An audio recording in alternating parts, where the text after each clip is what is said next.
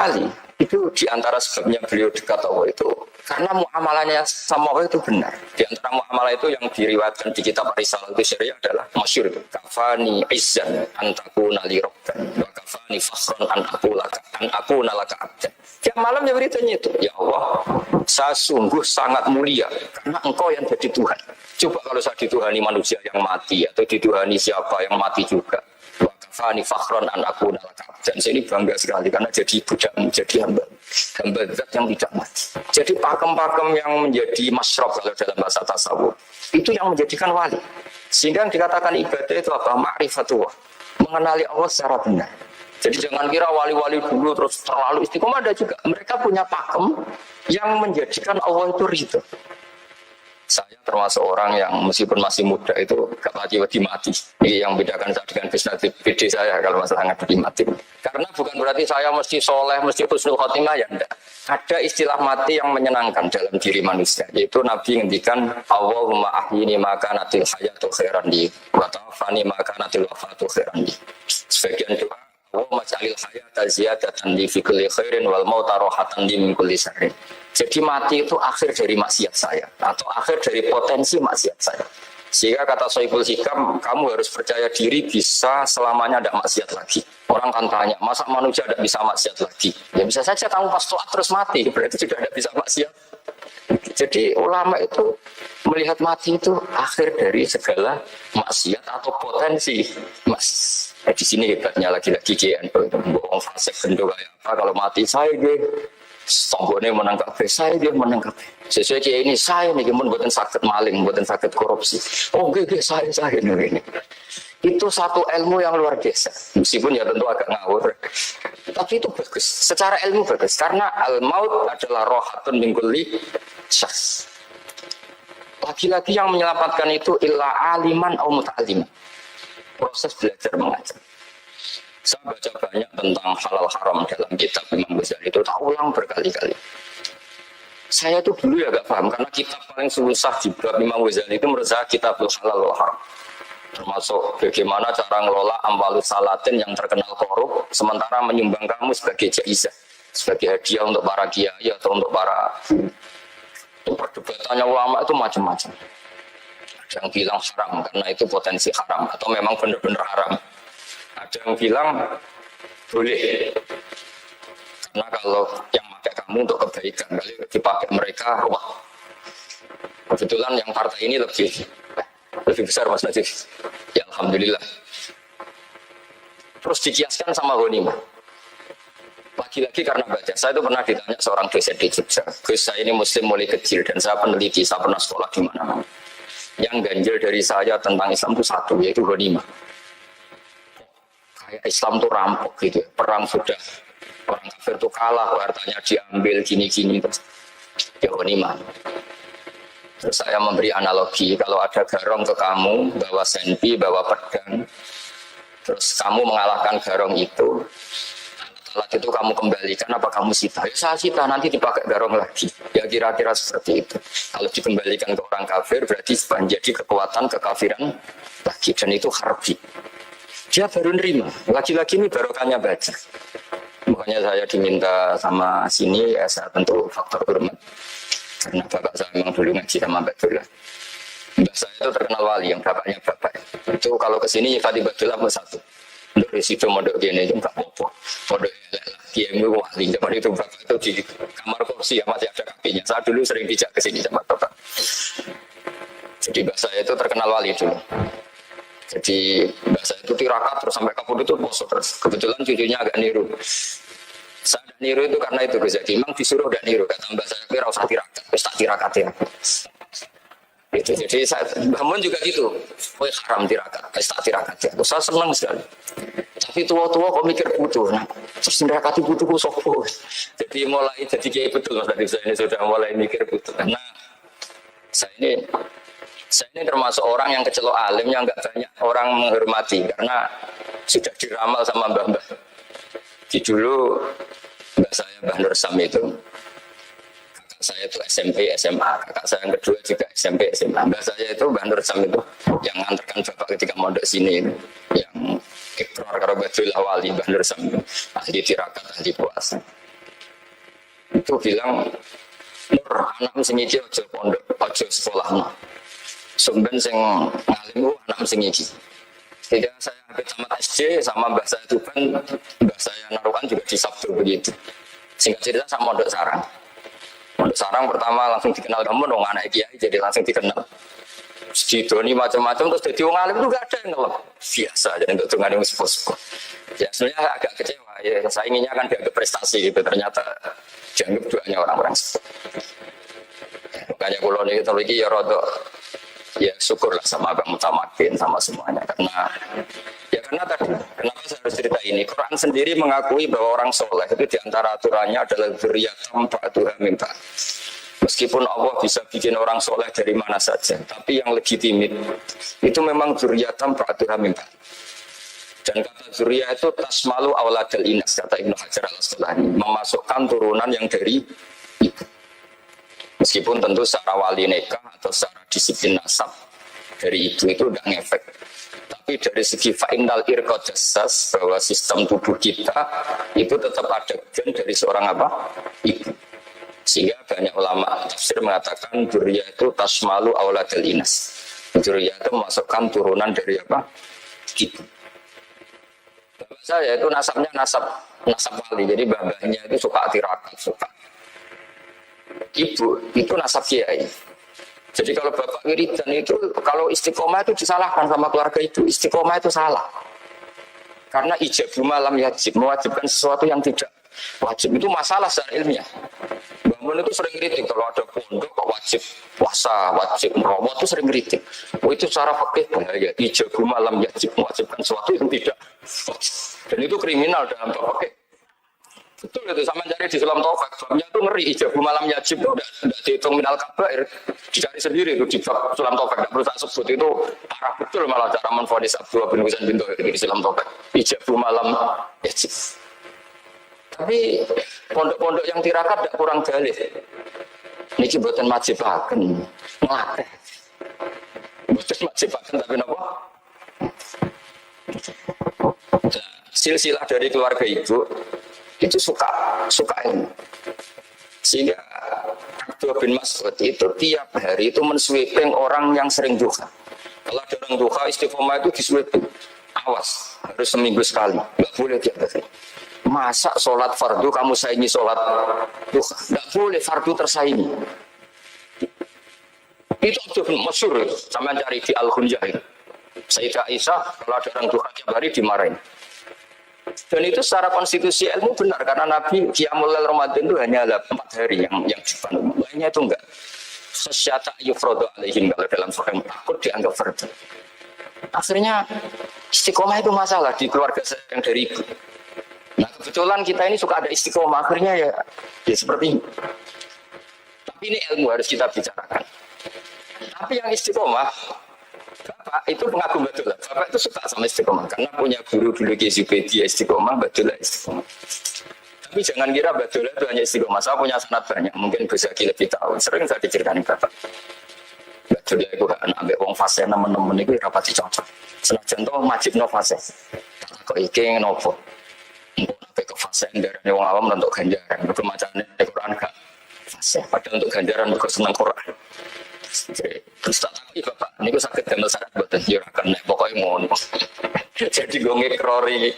Artinya beliau udah ingin lah, gara-gara kita terlalu pakem tajwid, kemudian menganggap siapa saja baca Quran salah, kemudian tidak dapat pahala. Bisa saja sama lahum ala ayakra'ul Quran, apa mahabbatuhum wa isfuhum wa kada. Jadi akhirnya saya jadi tahu, oke secara makhraj salah, tapi isaknya benar, mahabbahnya benar, berontonya benar.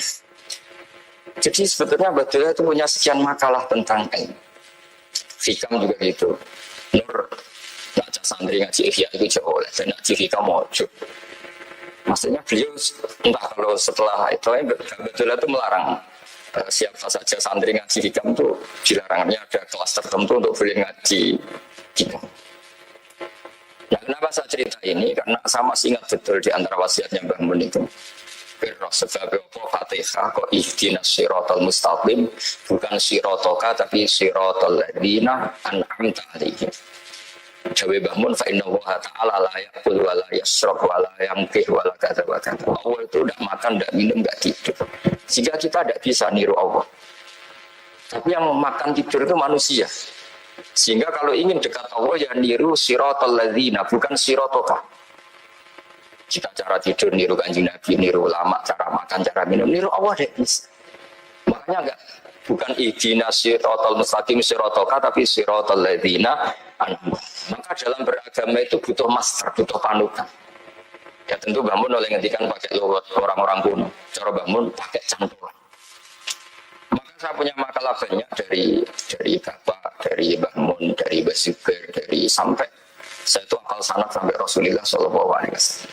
Karena yang bisa mengawal ilmu itu sanad.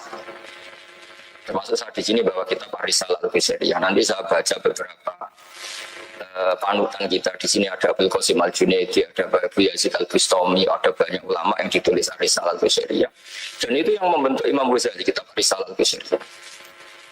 Tapi sekarang kita ini tidak belajar lagi tentang tasawuf. Tasawuf itu Abdul Qasim Al-Junaidi jadi wali itu bukan wiridannya terlalu banyak. Enggak. Beliau pernah bikin satu kalimat yang menjadikan Allah itu ridho. Kalimatnya begini, kalau malam beliau wiridan gini, ya Allah, kenapa engkau ngasih rezeki saya, padahal engkau tidak butuh saya. Kalimatnya sederhana. Kalau seorang majikan ngasih servis sama karyawannya, memang butuh pekerjaannya. Orang tua ke anak butuh kasih sayangnya. Tapi engkau ini zat yang tidak butuh saya, tidak butuh kita. Ngapain ngasih? Jadi punya sisi betapa Allah itu luar biasa. Allah tidak butuh kok. Ngasih itu kan luar biasa. Jadi karena mensifati seperti itu Allah itu ridho. Itu luar biasa. Normalnya orang memberi itu kan, apalagi orang memberi kiai itu kacau sekali, 1.000 jalur swarga. Salam 16 juta aja loh. Swarga itu parah lagi. Nanti kalau enggak masuk surga, jundat-jundat. Untuk ngeri lagi itu 1 juta minta apa? Surga. Sayyidina Ali itu diantara sebabnya beliau dekat Allah itu karena muamalahnya sama Allah itu benar. Di antara muamalah itu yang diriwayatkan di kitab Risalah Al-Fisriyah adalah masyhur itu. Kafani izzan antakuna li rabban wa kafani fakhran antakuna laka abdan. Tiap malam ya beritanya itu, ya Allah, saya sungguh sangat mulia karena engkau yang jadi Tuhan. Coba kalau saya dituhani manusia yang mati atau dituhani siapa yang mati juga. Wa kafani fakhran antakuna laka abdan. Saya ini bangga sekali karena jadi budak, menjadi hamba zat yang tidak mati. Jadi pakem-pakem yang menjadi masyrab kalau dalam bahasa tasawuf itu yang menjadikan wali. Sehingga yang dikatakan ibadah itu apa? Ma'rifatullah. Mengenali Allah secara benar. Jadi jangan kira wali-wali dulu terus terlalu istiqomah, ada juga. Mereka punya pakem yang menjadikan Allah itu ridho. Saya beri contoh nih di sini banyak makalah, nanti saya beberapa baca tabarruk. Banyak riwayat dari orang-orang sufi. Nabi Ibrahim itu pernah ketemu orang Majusi. Beliau terkenal sakho, terkenal sakia. Ketika ketemu orang Majusi, ya Ibrahim, saya ini sehari saja ngasih makan saya. Kamu kan tukang ngasih makan orang. Terus ya tapi bisa antus 5, kamu harus Islam. Sebagainya Nabi Ibrahim adalah kalau saya menolong dia berarti nolong orang kafir. Setelah orang itu lewat berlalu karena Nabi Ibrahim nggak mau hormat, Allah memberi wahyu ke Nabi Ibrahim. Kenapa ya Ibrahim tidak kamu terima 1 hari, kamu kasih makan 1 hari? Ya karena dia majusi. Kata Allah, dia umurnya berapa? 60 tahun. Tanyakan, pernah kelaparan kan hanya hari ini? Iya ya Allah. 60 tahun dia kafir tak kasih makan. Minta kamu sehari aja kok nggak boleh. Akhirnya Nabi Ibrahim dipanggil orang majusi, dikejar dipanggil. Ayo tak kasih makan 1 hari. Kamu sekarang jadi baik. Habis ditegur Tuhan. Terus kata, kata yu amil ini, apa seperti itu Tuhanmu mengualamalai saya? Ya na'am. Akhirnya Islam orang majusi. Jadi itu lagi-lagi ilmu. Jadi yang dikatakan ilmu itu satu teori atau kalimat atau apa saja yang menjadikan kita ini pakem. Meskipun pakem itu kadang sulit diterima orang-orang khusyuk. Orang khusyuk itu ya nyun sewu ada sisi nakalnya, makanya Mbah Mun sering jargon masyhur, zada khusyuan zada jalan tambah khusyuk tambah. Bukan bodoh dengan makna salah itu enggak. Memang kadang terus anti ilmu. Misalnya gini, ini contoh yang karena saya ini mengkhidmati ilmu, saya beri contoh yang urusan ilmu. Ada orang sujud diinjek orang fasik, kepalanya diinjek orang fasik. Terus si orang yang sujud tadi ini ada di Sahih Muslim, juga ada di Ihya. Wallahi la yaghfiru wa laka. Pakai sumpah, wallahi la yaghfiru wa laka. Allah langsung mewahyukan ke Nabi fi hadzal zaman, fi tilka zaman atau fi dzalika zaman. Man alladzi yata'alla alayya alla aghfira li fulan qad ghafartu lahu wa ahbattu amala. Katakan ke orang itu, siapa yang mencatut nama saya yang hanya berstatus tidak memaafkan. Itu enggak fair. Saya ini Tuhan kok bisa yaghfir, bisa yu'adzib. Sifat saya tinggal satu, yu'adzib itu gimana? Dicatut separuh itu Allah tidak terima. Tapi kalau kita baca Quran, saya ini sama orang fasik ya benci. Saya ini orang soleh, setidaknya kurang soleh. Karena di depan para kiai. Tapi mau tidak mau. Ketika Allah mensifati dirinya tentang orang munafik gimana? Wa yu'adzibal munafiqina in sya'a au jatuh. Ini cocok, potensi memberi tobat itu ada. Meskipun sama kalau orang munafik, tapi tetap bacanya wa yu'adzibal munafiqina ya in sya'a au jatuh. Rasulullah kayak apa bencinya dengan Wahsy karena qatilu Hamzah. Tapi Nabi tunduk sama konstitusi Quran. Laisa laka minal amri syai'un aw yatuba alaihim aw yu'adzibah. Akhirnya Allah malah memberi tobat sama qatilu Hamzah yaitu Wahsy. Ini pentingnya baca lagi. Kalau kita tidak baca, hanya khusus saja, tidak baca. Pasti sama orang yang menginjak orang sujud tadi, yang menginjak pasti salah, nggak dimaafkan. Bongso pasti. Pertanyaannya adalah, betulkah Allah punya sifat satu, yaitu yu'adzib? Makanya kalau kita baca, misalnya baca Quran, walillahi mulkus samawati wal ardh, ya sudah, yaghfiru liman yasha wa yu'adzibu man yasha. Kalau nuruti rasa kita, ya inginnya ke kita, yaghfir, ke orang lain yu'adzib. Tapi Tuhan kan gak terima. Saya ini Tuhan kok didikte makhluk saya ini gimana? Gak bisa. Sehingga ya ini lagi-lagi ilmu. Makanya saya gak cocok itu suka baca. Saya suka sekali baca. Mulai ulama dulu, ulama modern, setengah dulu. Mulai ulama yang kejurnian sampai setengah kejurnian. Suka. Saya dulu tuh gak suka uang. Karena saya memang tadi bahasa dari bapak itu wali mas. Kalau tadi Mas Natif jujur, mulai Mbah Soleh itu suka bully mertuanya, jadi saya alhamdulillah dia jujur. Jadi Mbah Soleh itu menantunya Raden Asnawi itu ya bully-bulian sama ini terus ditiru beliau ini. Itu nggak suka sebenarnya saya itu ya pokoknya tadi kalau orang daftar wali itu kan nggak suka sama orang. Karena mereka nangis ketika Allah menghentikan wa akhridu atau ayat-ayat anfiku atau orang baik disifati wa akhridu wa akhridan hasanah. Itu hadal khitab li ahli jibti wasarwah. Ini khitab untuk orang kaya. Kok isin Gusti jenengan nampen ngongkon infak kok kalau diinfak. Jenengan nampen ngongkon ngamal kok kalau di ngamali. Jadi maka yuhibbunal mal, mereka tidak suka harta. Walakin liyanalu ladzatal khitab bil infak, dan itu harus kaya dulu untuk bisa. Jadi itu uniknya akhirnya saya Imam Saroni penting juga kaya. Jadi wali untuk suka harta itu nunggu diperintahkan Allah. Alhamdulillah kita sudah wali dulu karena sudah senang harta. Jadi kayaknya keren kita di bang wali-wali itu. Karena wali itu tahu pentingnya harta setelah jadi wali. Kita alhamdulillah mulai kecil sudah tahu pentingnya harta. Kayaknya kita lebih wali. Imam Syafi'i itu dulu gak suka sama orang kaya. Saya berkali-kali ceritain. Karena dia dididik Sufyan As-Tsauri, Sufyan bin Uyainah. Ketika ketemu Imam Malik itu kaya raya. Meskipun dia hidupnya sederhana, tapi kaya raya. Pas beliau mau Imam Syafi'i dia agak sopan kalau sekarang tanya. Setelah jenengan ilmu yang saya harus ambil siapa? Kata Imam Malik, yang salim saya itu sudah meninggal Abu Hanifah, tapi muridnya masih namanya Muhammad bin Hasan As-Syaibani. Kamu datang ke sana. Semalam itu Imam Malik dikasih uang 500 dinar. Padahal 1 dinar itu 4,25. Bisa dihitung berapa ratus juta. Terus separuhnya dikasihkan Imam Syafi'i, nah tidak kasangoni. Bagi-bagi diajak ke Baki. Dulu Baki itu ada kafilah rental unta. Mana kafilah yang mau ke Irak? Kita, ya sudah ini antar Sabari. Diantar Imam Syafi'i. Diantar ke Imam Muhammad bin Hasan As-Syaibani di Irak. Itu ketemu Muhammad bin Hasan As-Syaibani pertama itu apa? Beliau itu kalau ngitung uang di meja. Emas-emasnya di meja, uangnya dolar, semuanya di meja. Ini saya sama Imam Malik ingkar, ini malah lebih parah lagi. Muhammad bin Hasan As-Syaibani Kamu kagum dengan ini merasa aneh, iya. Ya sudah ini tak kasihkan orang fasik, tinggo demenan, tinggo judi. Jangan, jenengan saja. Kalau jenengan kan orang soleh dipakai kebaikan, berarti orang soleh boleh kaya. Angsal-angsal. Semenjak itu Imam Syafi'i kebablasan. Sampai fatwa kiai fakir itu haram. Kiai bisa bikin rumah bagus, bikin rumah jelek. Foto al-Islam ya Allah wala. Nah, lagi-lagi kebetulan kita sebelum ngaji Imam Syafi'i sudah seperti itu. Jadi ini justifikasi. Lagi-lagi itu ilmu. Seorang lagi-lagi itu.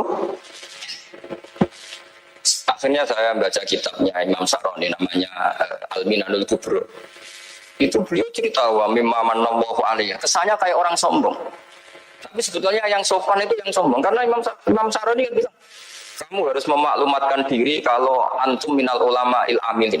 Kamu termasuk ulama yang amilin. Ditanya sama orang-orang, bagaimana kalau nyatanya enggak? Kamu tadi subuh sholat, ya saya sholat. Kamu tadi zuhur sholat, ya saya sholat. Kenapa ketika kamu maksiat ingat terus, ketika kamu taat tidak ingat? Berarti kamu anggap Allah itu menyesatkan kamu tidak pernah ngasih hidayah sama kamu. Terus delok rondo ning dalan kok maksiat, bar salat atau syukur, bar zuhur atau syukur berasa. Berarti dia nyifati Allah, hari ini Allah ngasih saya maksiat. Sementara lupa kalau Allah ngasih sholat zuhur, sholat asar, sholat maghrib, sholat. Sudah di situ al-Minanul Kubro orang itu soleh semua. Ya, saya itu termasuk orang yang didikte oleh kitab, terbentuk oleh kitab al-Minanul Kubro. Jadi di situ hidup itu enak semua. Makanya saya itu masih ingat dialeknya dua orang alim. Gak perlu saya sebut ini agak sensitif karena ceritanya itu ada anaknya kiai mau nyala. Karena dia anaknya kiai tanya, Mbah, dalilin apa nanti yang kepengen jadi jabatan, mencari jabatan besar. Kalau yang jawab sebut gak apa-apa namanya. Jawabnya Mbah Mun, boleh gak apa-apa. Nabi Yusuf ya boleh jabatan. Terus beliau baca qolat ani ala khuzainil ardi ini khafifun alim. Nabi Yusuf ya boleh jabatan ya. Didebat sama orang alim. Itu Nabi Yusuf syariatnya itu mansukhoh di syariat Rasulullah Muhammad SAW. Setelah tamunya pulang, Mbah Mun dibantah gitu dari Mbah Mun gini bilang, anut kiai oleh pemenang anut Nabi. Masih kalimat anut kiai oleh pemenang anut. Artinya Nabi Yusuf kan minta jabatan ij'alni ala khuzainil.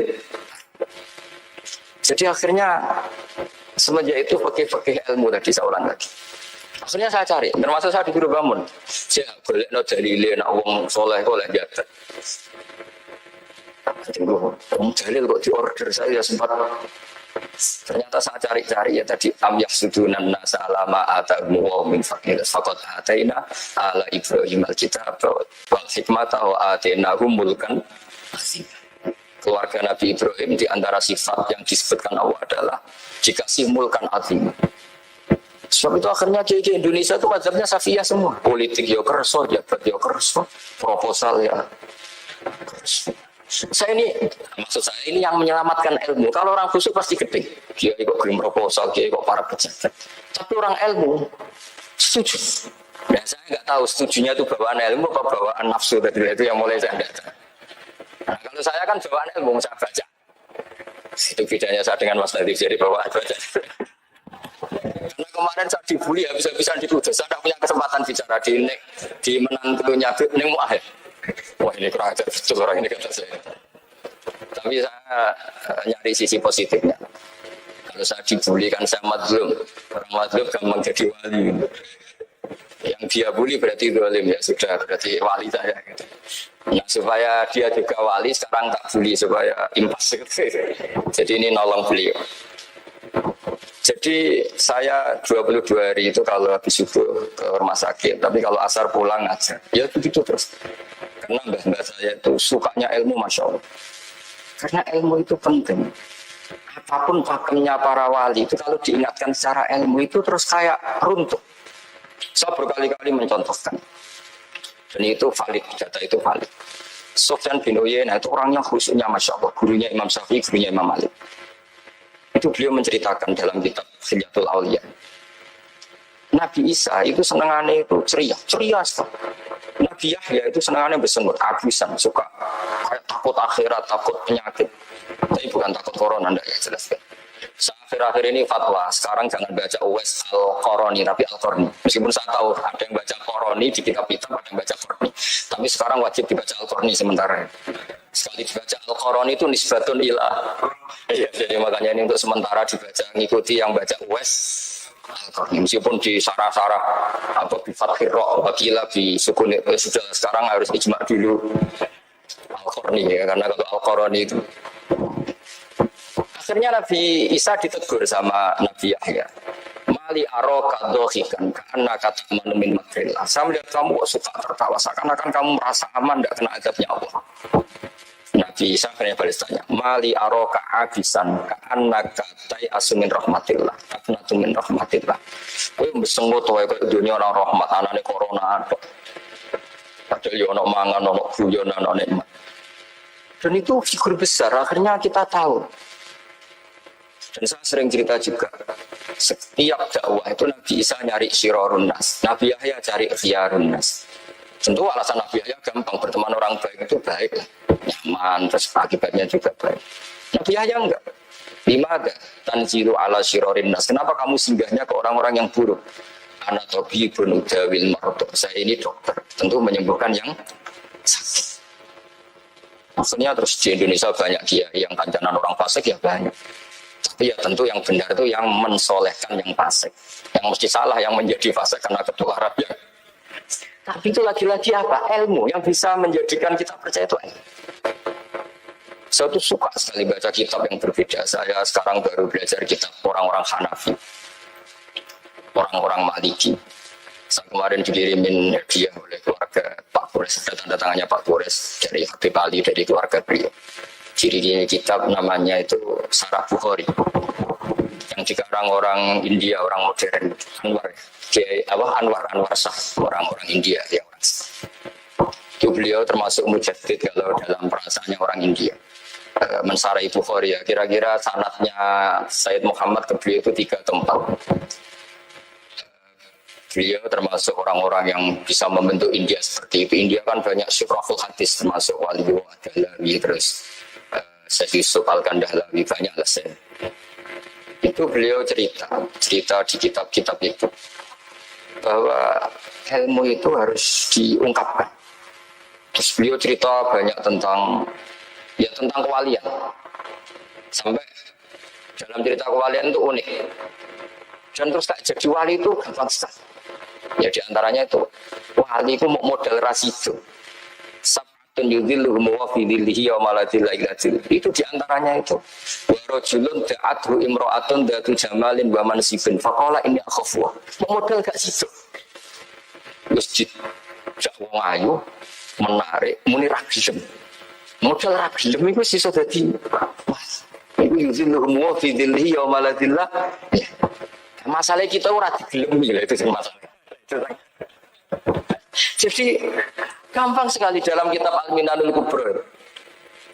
Dan kalau baca itu enak. Misalnya gini, tentu masa lalu kita yang buruk itu tidak diceritakan orang lain. Dan itu kadang karena gengsi. Tapi kalau lihat hadisnya Nabi itu gampang sekali. Kullu ummati mu'afan ilal mujahirin. Umatku semua itu dimaafkan. Kecuali yang memperlihatkan salahnya, dosanya. Jadi gak boleh kalau sampean sekolah gak naik kelas cerita anaknya. Kalau saat dulu gak naik kelas, kalau punya utang koperasi gak pernah bayar. Gak boleh, cerita seperti itu. Kalau ditanya, Bapak dulu pinter gak? Oh pinter sekali. Harus bilang gitu, pinter sekali. Pernah ranking sekali, sudah gak apa-apa itu. Meskipun dengan makna yang lugawi ya. Saya dulu ikhlas. Kan nyon saya ini sering diparani orang yang mau tobat tercerita saya dulu sering main perempuan, sering mabuk, tapi sekarang saya mau tobat gini-gini. Karena ini orang awam, tak terima. Tapi saya bilang gini, kamu jangan cerita ke anak kamu. Terus dia cerita, tapi kan saya harus jujur. Karena ilmunya dia baru, kalau jujur itu penting gitu. Terus Pak, menurut kula ora oleh cerita, ora oleh cerita. Ya guys oke nih. Setelah itu saya nyari-nyari sarah. Termasuk kitab itu. Kok bisa orang yang tidak mujahirin, orang yang menutupi salahnya malah dimaafkan, yang cerita jujur pernah salah malah tidak. Sangat bener. Misalnya seorang bapak cerita, cuma mau disini nak pacaran itu tak ambung. Misalnya, anaknya mesti suatu saat kan dia puber, mesti nak ngambung niru bapak. Nah kalau yang cerita itu ribuan atau juta, Cuma zaman yang pondok itu rezekiku kombodoni. Kan terus jadi syariatun mutabah. Apalagi yang cerita ini ternyata jadi kiai, ternyata gitu ya tetap jadi kiai. Jadi kalau pura-pura soleh di rumah pura-pura soleh, seakan-akan di pondok tidak pernah foto, tidak pernah setor meluntir, tidak pernah apa kan? Katanya, dan lucunya, oke itu alasan. Alasannya Imam Ghazali itu paling masuk akal. Ini saya cerita. Ila aliman barokahnya baca Imam Ghazali. Fa inna wa ta'ala yakrahu zuhurul ma'asi. Wa min asbabi zuhur adalah al-mujaharah. Karena Allah itu gak suka maksiat itu begitu kelihatan. Dan awal dari kelihatannya maksiat adalah semua orang cerita. Akhirnya maksiat dianggap biasa saja. Jadi kalau semua orang cerita zaman mondok nakal itu akhirnya semua orang yang nakal, oh itu niru kiai ini karena ini niru kiai. Kan repot. Tapi kalau semua kiai sok suci atau suci betul, dan semoga ya suci betul, kan yang maksiat yang mau maksiat ini nggak punya alasan karena masternya tidak pernah maksiat. Meskipun sebagian yang sultan nggak pernah konangan, nggak tahu pokoknya yang penting seperti itu. Itu hebatnya konsepnya. Saya dulu ya iskal. Ini tadi kullu ummati mu'afan illal mujahir. Saya dulu iskal kan. Tapi setelah baca Ihya kata Imam Ghazali, karena Allah itu nggak suka zuhurul ma'asi. Allah nggak suka kalau maksiat terlalu muncul. Dan termasuk sebabnya muncul adalah setiap orang jujur menceritakan masa lalunya. Sebab itu kita sebagai orang Islam yang entahlah istilahnya apa, kalau istilahnya Mas Najib Islam Nusantara atau moderat macam-macam lah. Saya termasuk orang yang sebetulnya ingin nggak setuju, bukan karena menentang. Nanti ngapalkan firqahnya kebanyakan. 72 aja ngapalkan banyak ditambahi Islam Nusantara, Islam moderat, Islam garis apa lagi itu? Oh garis lurus. Ada yang lagi lucu. Ya macam-macam. Tapi setelah baca banyak, itu akhirnya menjadikan. Karena apa ya? Fitrah salimah kita. Misalnya gini, ada cerita di kitab-kitab. Nabi Musa pernah istisqa enggak mandi. Enggak terima, dia seorang nabi kok istisqa enggak mandi. Saya ini kali muka ya, kenapa doa saya enggak mandi? Terus kata Allah, inna fihim namaman, di antara yang berdoa sama kamu yang istighosa kubro itu ada yang namaman, tukang ngajak. Nabi Musa ngajari Tuhan, ya Allah kan gampang, kasih tahu dia siapa usir supaya tidak ikut istighosa, akan selesai. Terus jawabnya pengiran lucu. Saya ini Tuhan, anha anin namimah. Saya ini Tuhan yang mengharamkan namimah. Maka saya tidak akan nama. Anha anin namimah wa akunu namaman. Saya ini mengharamkan adu-adu kok terus. Yudono sing kan ya sudah Gusti kalau gitu. Lalu solusinya gimana? Solusinya gimana Tuhan? Ya sudah kamu nyari hamba saya yang namanya ini. Cari sama Nabi Musa. Ketemu orang namanya Jitum. Makanya sama Matulatim itu sungkan karena di antara wali itu ada yang hitam. Hitam terus nggak apa-apa ini biar impas, biar saya sampean bisa jadi wali karena Matulum itu ketemu. Setelah ketemu sama-sama nur. Anta barek, ya saya barek. Terus anta Musa, ya saya Musa. Kenapa kamu tahu? Dikasih tahu Allah ini karena sama satu nabi, satu wali. Terus saya ini mau istisqa gak mandi, tapi sama Allah disuruh minta doa sama kamu. Itu doanya tuh ngawur sekali, bukan sekedar ngawur sekali. Ya Allah, apa engkau sudah tidak punya stok air sehingga tidak ada hujan gitu?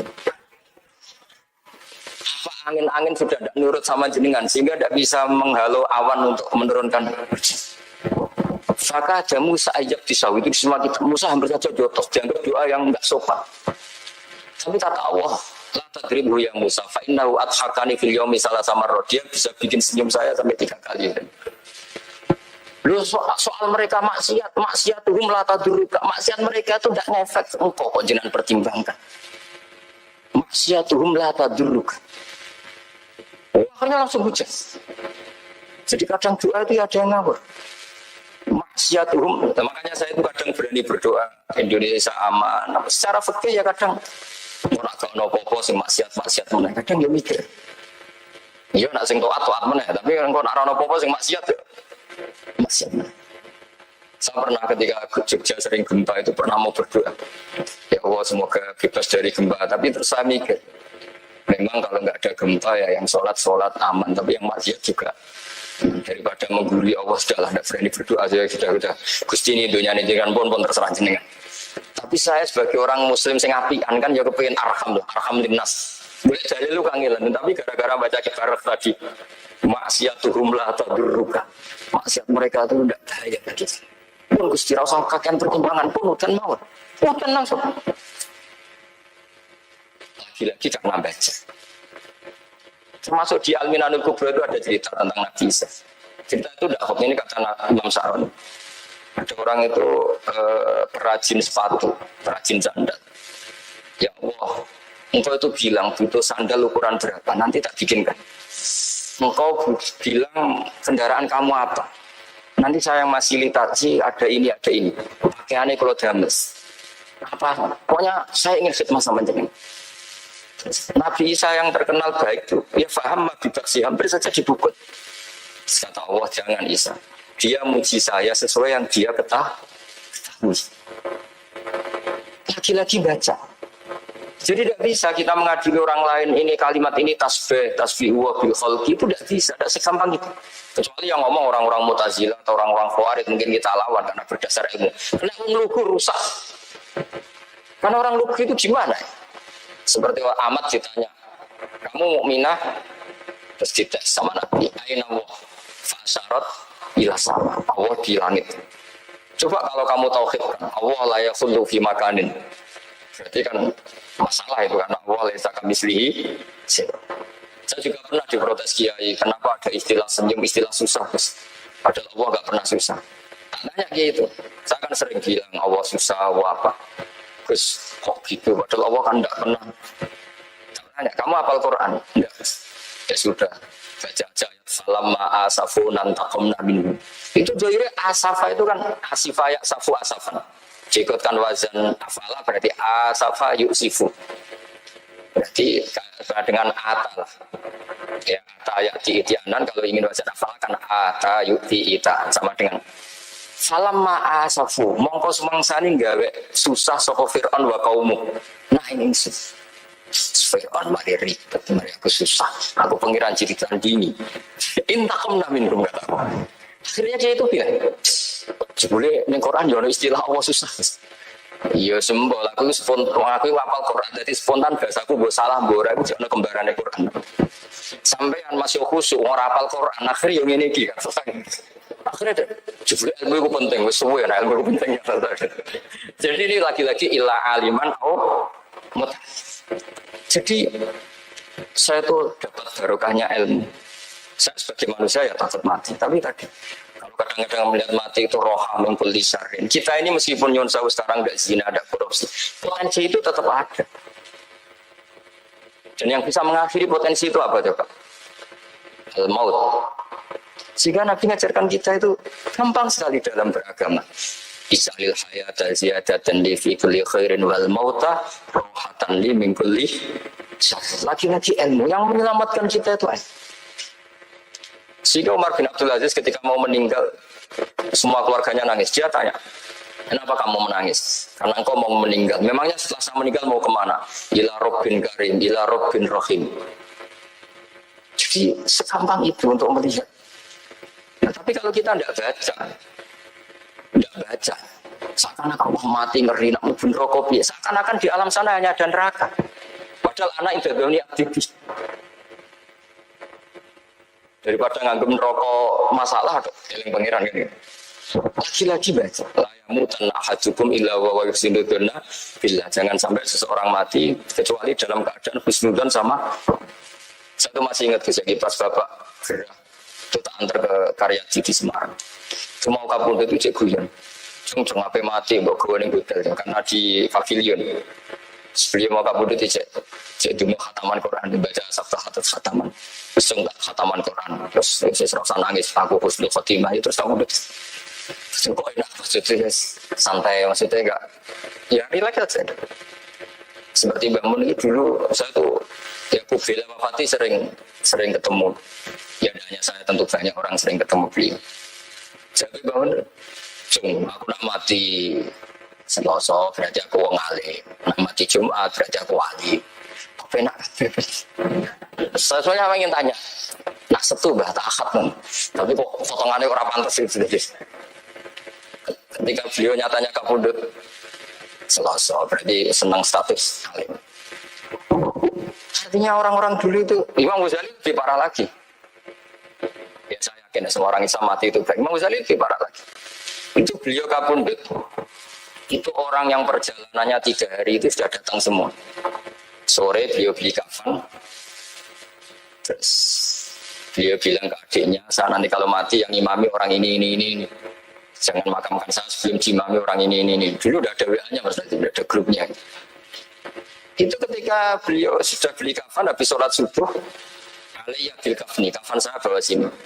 Dikasihkan sama adiknya. Terus, ya Allah, ar-ridho bil intiqal ilal malakil muqaddas. Saya sudah ridho kalau ketemu engkau.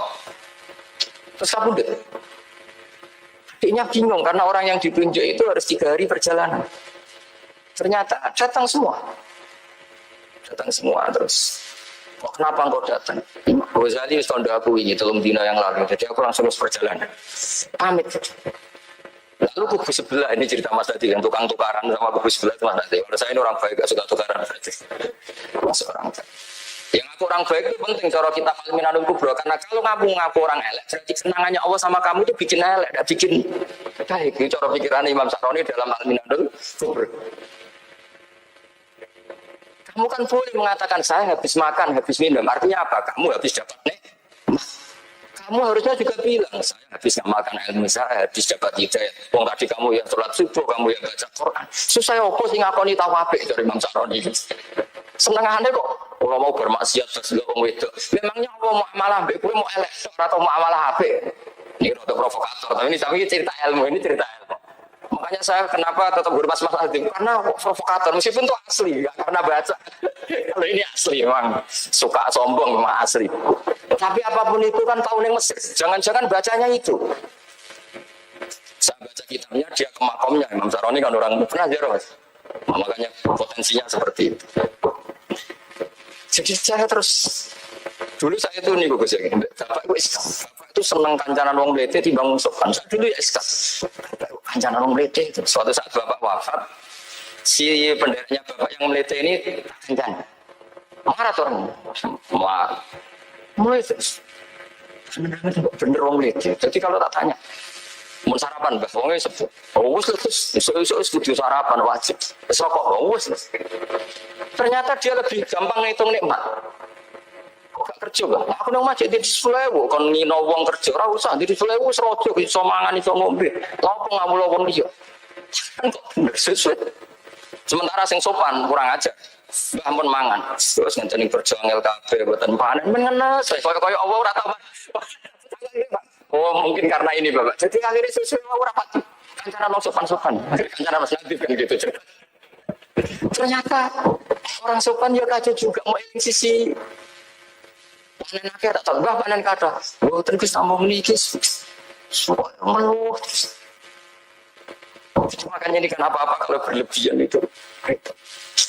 Seperti saya pernah ditanya, kalau orang Jawa Timur tuh urutannya sama kiai, kalau sama orang biasa itu kurang hormat. Kalau orang Solo itu sopan-sopan, tapi ya sama-sama ada masalah.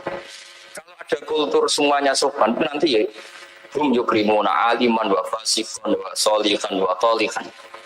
Soleh, sopan yang berlebihan akhirnya sampai pernah ada seorang kiai latihan. Ini kisah nyata, itu teman saya. Ketemu orang Solo dihormati. Sempat GR, barokahnya ilmu saya dihormati orang. Bareng sama orang fasik, orang macam-macam ya dihormati yang sama. Sebelum berdua ya. Artinya gini, kalau akhlak itu benar-benar kelebihan, tapi kalau berlebihan la farqa bainal alim wal jahil wal fas was soleh wat toleh, karena semuanya dihormati. Tapi kalau misalnya ada Jawa Timur yang membeda-bedakan manusia, kadang kita ini juga beratnya semua itu ibadah, semua iyalua, semua. Jadi terus kita ini mikir yang benar yang mana setelah mengkaji ilmu, lagi-lagi setelah mengkaji. Nah makanya saya ingin sekali ilmu ini harus dikembangkan terus. Karena saya kenalnya Mbah Dola, Mbah Sahal, semua masih ini min haitsul ilm. Karena ilmu ini yang cukup. Islam itu nggak bisa dikawal dengan khusyuk, nggak cukup. Yang bisa mengawal Islam banyak. Sebab itu fa'alam annahu la ilaha. Makanya orang Khawarij itu kata Rasul syarrul khaliq. Kenapa orang Khawarij dibenci Nabi? Karena suka khusyuk, suka ibadah, tapi tidak suka. Yang paling penting dalam ulumul Quran termasuk adalah al-ibratu bi umumil lafzi la bi khususis sabab. Itu terkenal. Jadi Nabi karena seorang manusia, apapun hebatnya Nabi ini seorang manusia, tentu kalau ngandani cara Jawa atau mengkhitobi, pasti ngendikan sama yang di depannya. Tapi bukan berarti hukum ini khusus pada yang di depannya, tapi menjadi umum. Kenapa menjadi umum? Ya karena kebaikan itu boleh dilakukan oleh siapa saja. Misalnya Rasulullah ngendikan sama Mu'ad, ya Mu'ad inni uhibbuka fala tada'anna dubura kulli sholatin wa fi riwayatin faqul fi duburi kulli sholatin Allahumma a'inni ala zikrika wa syukrika wa husni ibadatik. Itu jelas kalimatnya Nabi, ya Mu'ad saya mencintai kamu, maka jangan pernah engkau tinggalkan setelah sholat kamu membaca Allahumma a'inni ala zikrika wa syukrika wa husni ibadatik.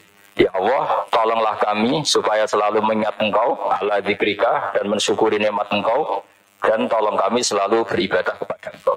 Lalu kalau melihat asbabil wurud, kalau dalam ilmu hadis biasanya disebut asbabil wurud, kalau dalam ilmu Quran disebut asbabin nuzul, tentu yang didhawuhi itu ya Mu'ad. Tapi Anda tidak boleh begini, saya tidak wiridan itu, yang disuruh Nabi kan Mu'ad, saya kan tidak Mu'ad. Itu tidak boleh seperti itu. Makanya kita tidak boleh terlalu tekstual, karena tadi resikonya Anda tidak mengikuti kaidah al-ibratu fi umumil lafzi la fi khususi sabab. Sebab itu saya tadi di kantor rektorat ya Pak Ordas ya, bilang nanti untuk kajian yang di kantor rektorat pakai kitab Syajaratul Ma'arif, karena kitab itu juga yang sekarang dalam proses penerjemahan saya dengan Pak Quraisyab di PSG, yang di sini pakai kitab Eton. Nanti mulai bulan depan, karena saya dipaksa untuk meneruskan. Ini sudah kayak Tuhan saja maksa-maksa. Itu pakai kitab Eton. Nanti babnya tak kasih yang mendesak untuk diketahui. Termasuk apa? Al-ibratu bi umumil lafzi la bi khususi sabab. Sehingga di Quran misalnya begini, ada cerita begini. Nabi Isa itu bilang begini, saya ini siapa? Saya ini adalah orang, kata Nabi Isa, wa ja'alani mubarakan aynama kuntu. Saya adalah orang yang di mana-mana itu memberi berkah, memberi manfaat kepada siapa saja. Itu jelas tentang Nabi Isa. Tapi oleh ulama dikasih judul yang umum, babu nafil ibad bikullil bilad. Bab bahwa seseorang harus bermanfaat hidup di mana saja, kapan saja. Meskipun itu Allah cerita tentang Nabi Isa. Tidak bisa kamu bilang itu kan Isa, saya kan tidak Isa. Tidak bisa seperti itu. Isa adalah ibaratun an ahlil khairi. Isa adalah figur orang baik. Tentu yang dilakukan baik. Tentu kebaikan boleh ditiru siapa saja. Jadi sehingga nanti pada akhirnya nama-nama yang disebut Allah di Quran itu kalau nama orang baik tentu kita boleh ikut. Paham ya? Kalau nama orang buruk tentu kita tidak boleh ikut. Ya gitu aturannya. Sehingga tadi ada al-ibratu bi umumil lafzi la bi khususi sabab. Jadi yang jadi pegangan adalah standar kalimat umum dengan pemaknaan yang ditentukan ulama. La bi khususi sabab tidak terkait sebab itu. Misalnya yang paling masyhur tentu dalam hadis Madinah itu kira-kira kan utaranya Mekah ya, kira-kira ya. Utaranya Mekah apa selatannya? Utaranya kayak. Utaranya. Dulu penduduk Madinah itu kalau bikin kloset itu, pokoknya kalau qada'ul hajat itu menghadap ke utara atau selatan. Terus kata Rasulullah, kalau kamu sedang qada'ul hajat, sedang buang kotoran tuh jangan menghadap Ka'bah, juga jangan membelakangi Ka'bah. Itu Nabi redaksinya unik. Walakin syarriku aw gharibu. Tetapi kamu menghadap barat atau menghadap timur. Itu semua riwayat walakin syarriku aw gharibu, tapi kamu menghadap barat atau timur. Nah, artinya apa? Kata syarriku aw gharibu adalah binisbat di ahli Madinah. Karena orang Madinah posisinya di utara Mekah. Sehingga kalau menghadap utara atau selatan berarti menghadap Ka'bah atau membelakangi Ka'bah, dan itu tidak boleh dalam proses qada'il hajat, masuk kotoran. Terus Nabi memerintahkan menghadaplah ke barat atau ke timur. Nah, al-ibratu bi umumil lafzi la bi khususi sabab juga direvisi oleh ulama begini, kecuali sebab itu ada ilat, maka Maka kalau demikian yang dimenangkan ilatnya bukan teksnya. Saya ulang lagi, yang dimenangkan ilatnya bukan teksnya. Kayak tadi di hadis itu kan Nabi ngendikan apa? Tetapi menghadaplah barat atau menghadap ke timur. Tentu orang Indonesia malah kalau itu kebalikannya. Orang Indonesia kalau ke barat atau ke timur kan malah menghadap Ka'bah atau membelakangi Ka'bah. Di sini pentingnya ijtihad. Dan ijtihad ini lazim, bukan harus Imam Syafi'i atau Imam Malik. Semua orang normal pasti tahu proporsi kalimat tadi. Karena ada aturan al-hukmu yaduru ma'ilatihi wujudan wa'adam. Itu seterusnya. Ini penting saya utarakan. Sehingga ketika Rasulullah sedekah dengan dinar dikasihkan fakir miskin atau dirham dikasihkan fakir miskin, pikirannya ulama adalah sedekah dengan mata uang yang berlaku saat itu. Tidak selalu ditetapkan dinar atau dirham. Begitu juga ketika Rasulullah dulu zakat fitrah pakai susu kering atau pakai kurma atau pakai gandum. Ulama semua bilang yang penting kuti ahlil balad. Yang penting makanan pokok di negara itu. Dalam konteks Indonesia tentu apa? Beras. Ini penting saya utarakan karena tanpa mengkaji ulumul Quran seperti ini dan kita insya Allah bulan depan saya langsung bawa kitab Itqan. Di situ ada beberapa contoh. Harus seperti itu. Karena kalau tidak terikat sebab, itu nanti takutnya ayat umum menjadi liar. Misalnya begini, pernah ada aliran sesat dulu. Kebetulan di Jogja, saya lihat di TV. Entah salah kiainya, entah salah dosennya, entah salah siapa. Atau salah orangnya agak stres, tidak tahu saya. Semoga salah orangnya itu sholat menghadap 4 arah. Alasannya Allah nggak ada di mana-mana, ya sudah di barat. Rakaat kedua ke utara, rakaat ketiga ke timur, rakaat keempat ke selatan. Ya, itu uniknya itu ngawurnya lah, bukan uniknya. Ngawurnya itu dalil fa'inama tuwallu fasamma wajhuhu. Kamu hadap kemana saja di sana dari itu Allah. Sehingga semua ulama ketika bikin kaidah al-ibratu bil lafzi la bi khususi sabab selalu menyertakan kecuali khusus sabab ini ada illatul hukmi. Maka itu enggak jadi. Kayak ayat tadi, kalau kamu pakai umumnya lafaz itu kan boleh sholat menghadap mana saja. Nah makanya Imam Syafi'i ketika ditanya, lalu ayat ini proporsinya gimana? Kata beliau, fis-safar. Orang yang sedang di pesawat, mau sholat, tentu masuknya fasamma wajhuhu. Jadi dalam kondisi bepergian, yang kita ingin sholat, maka pakainya ayat seperti itu. Tapi kalau kondisi nomor, awal diwajahkan, syatral masjidil. Jadi makanya ini penting ngaji ulumul Quran. Kita tidak bisa hanya megang terjemah atau megang apa, kemudian kita fatwa atas nama Quran dan hadis. Sehingga dulu syaratnya memang ketat, harus hafal Quran, hafal hadis, menguasai usul fikih, menguasai macam-macam. Karena tanpa itu memang tidak bisa. Sampai Ibnu Abbas ngendikan, kamu jangan pernah fatwa fa inna lahu wujuhan katsirah, karena Quran punya sisi yang banyak. Walakin hajuhum bisunnah. Kalau kamu adu hujah, pakailah sunnah Rasulullah Shallallahu Alaihi Wasallam. Karena di situ penjelasan Quran. Misalnya tadi Rasulullah ketika kondisi normal pasti sholat menghadap Ka'bah. Jadi kalau bepergian nanti unta, kata riwayat-riwayat, ainama tawajjahat bihi rokhilatuh, kemana saja posisi unta menghadap. Terus ada ulama yang berpendapat itu khusus sholat sunnah. Kalau sholat fardu dalam kondisi ada punya mobil harus berhenti. Ini madzhab Syafi'i. Jika misalnya saya, Pak Arsoyo, Pak On, bawa kijang, mobilnya sendiri, kalau sholat fardu jangan mentang-mentang pakai kendaraan terus menghadap sekenanya. Kalau mau ke Banyuwangi berarti menghadap ke timur. Nah, itu yang boleh hanya sholat sunat. Kalau sholat fardu harus berhenti. Karena kijang ini dalam kendali Anda. Kecuali dalam surah yang kendaraannya tidak dalam kendali Anda. Misalnya kita naik pesawat. Jadi harus dibedakan. Jangan mentang-mentang Nabi sholat di onta kemana saja menghadap. Tapi konteksnya kan onta ini, cara berpikir onta ini dalam kendali Nabi. Tapi kalau pesawat kan tidak. Jelas ya? Jadi makanya ini pentingnya proporsional. Jadi kalau kita naik kijang misalnya mau ke Banyuwangi, kalau waktu duhur ingin sholat ya harus berhenti. Karena yang ainama tawajjahat bihi rokhilatuh, kemana saja kendaraan membawa kita, itu dalam konteks sholat apa? Sunnah. Ini pentingnya ulama. Ini yang dikatakan al-ulama warasatul anbiya. Karena sanad ini musalsal terurut sampai Rasulullah Shallallahu Alaihi Wasallam.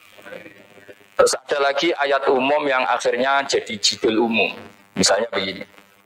Kita tahu cerita Nabi Khidir, di antara ceritanya ada satu kampung itu pelit. Makanya orang pelit itu wajib didendami. Karena Nabi pun itu baik-baiknya orang. Kalau sama orang pelit tetap dendam. Karena buruk-buruknya orang itu orang pelit. Tahu kan alamatnya orang pelit? Qoribun minan nar, ya dekat-dekat neraka itu. Kalau al-bakhil qoribun minan nar, faidun minal jannah. Jadi kalau sama tanya alamatnya ya dekat-dekat neraka.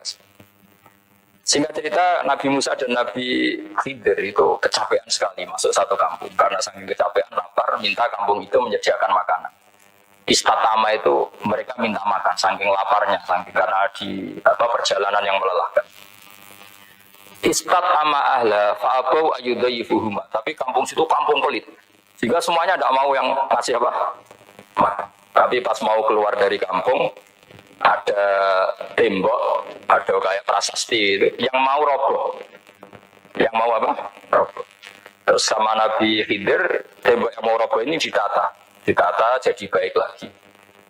Nabi Musa kata Nabi Musa, kok orang pegawai mau medit, Pak Ribu usi. Jadi makanya dendam sama orang medit ini agak sunat.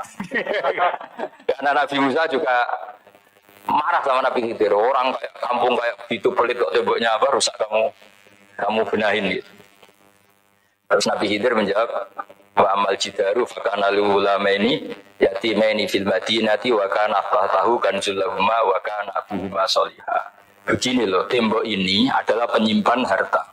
Penyimpan harta untuk anak yatim. Bapaknya dulu itu soleh. Artinya terus dibabkan oleh ulama. Babu ikrami sibyanil mu'minin. Bab kita memuliakan anak-anak orang soleh. Sehingga dalam adat kita menghormati Habib, menghormati Gus, menghormati anak pahlawan, menghormati orang-orang yang dulu berjuang kepada untuk Indonesia.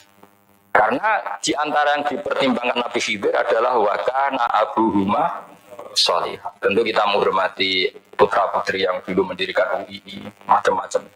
Ya tentu proporsional, tapi tetap saja dapat poin dulu atas nama putra pahlawan, putra orang-orang soleh. Karena Nabi Khidir ketika mempertimbangkan itu, alasannya mau wakana abuhuma sholihah. Terus faroda rabbuka yabluhu asyiddahuma wastakhrijakan sakima.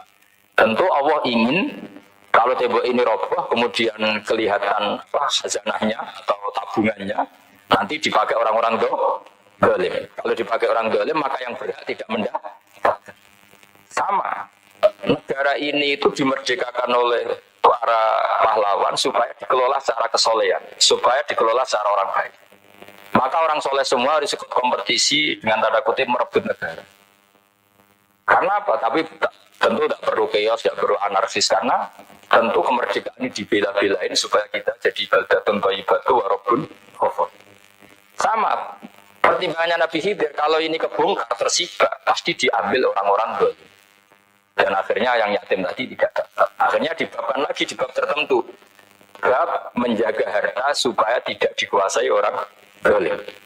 Jadi akhirnya menjadi sekian varian ilmu. Pertama, varian ilmu bab menghormati anak orang soleh. Terus bab supaya harta ini tidak dikuasai orang dolim dan seterusnya. Nah, saya harapkan nanti dengan ulumil Quran kitab Itqan itu nanti aturan-aturan seperti itu tertanam pada Anda. Sehingga sebetulnya ulama fikih yang ngarang kitab sampai satu botok-botok itu sebetulnya ya normal-normal saja. Kalau sampean sudah mengkaji ilmu yang kayak saya kaji itu normal-normal saja. Misalnya begini, saya beri contoh. Orang munafik itu disifati Allah gimana? Wa idza qamu ila sholati qamu kusala. Orang-orang munafik adalah orang ketika mau sholat itu bermalas-malasan. Terus kitab Fathul Mu'in atau Fathul Wahhab atau kitab semua kitab fikih bikin judul gini. Saya masih ingat takbirnya. Wa yusannu nasyatun di sholatin. Disunatkan kalau sholat itu ketok gumrigah, ketok semangat. Fa inna Allah ta'ala dzamma tarikihi. Karena Allah mengkritik atau menyalahkan orang yang kalau sholat itu tidak nasyat, tidak gumrigah, tidak semangat. Mereka seperti itu adalah fi'lul munafikin, perilakunya orang munafik. Terus ditulis wa idza qamu ila sholati qamu kusala. Artinya di situ Allah mengkritik orang munafik. Kenapa? Karena kalau sholat malas-malesan. Anda ingin bersifat kayak orang munafik apa bersifat kayak Rasulullah? Tentu ingin seperti Rasulullah. Kalau ingin seperti Rasulullah ya wasari'u ila maghfiratim mir rabbikum. Kalau ada kebaikan harus cepat-cepat, harus disegerakan. Nah, sehingga nanti babnya ya sudah tidak tentang orang munafik. Babnya begini, babul musara'ah ilal khairat wa tarkil kasli. Bab bergesa-gesa atau bergegas dalam kebaikan dan meninggalkan males. Jadi tidak lagi tentang sholat, tapi tentang kebaikan apa saja. Jadi kalau kamu punya hutang bisa nyaur jam 7, nyaur jam 9 pasti disalahkan Allah. Karena bisa saja dalam 2 jam ini kita mati. Paham ya? Begitu juga kalau kita sholat bisa awal waktu, kenapa tidak awal waktu? Meskipun akhir waktu ya dibolehkan. Itu ya tadi babnya ya tentang wa idza qamu orang munafik itu ya seperti itu. Akhirnya apa? Ayat ini turun tentang orang munafik tapi pemaknaannya umum. Ini disaksikan apa? Orang-orang tua kita ini ada Pak Ersoya, ada Pak On. Pemahaman ini harus dikawal dan ini tradisi ulama. Saya pastikan di pondok-pondok atau di Al-Azhar di mana saja itqan itu dipakai disertasi doktor. Jadi kalau betul nanti kita mengkaji itu sudah doktor semua, doktor tafsir semua. Dadaan maksudnya. Memang itu mau tidak mau dan itu mudah sekali. Saya ulang lagi itu mudah sekali. Kenapa kata Imam Syafi'i fa innal uqula mutqaratun ila qabril haqqi, karena akal itu dipaksa untuk menerima kebenaran. Ciri utama kebenaran kata Rasulullah matma'an nabi qabr. Jadi menerima itu pasti clear. Makanya disebut kebenaran itu ma'ruf, mudah dikenali. Sesuatu yang salah bahasa Arabnya itu mungkar, angkarohul aklu, akal itu tidak nyaman. Makanya disebut apa? Munkar, sesuatu yang diingkari. Akal itu asing.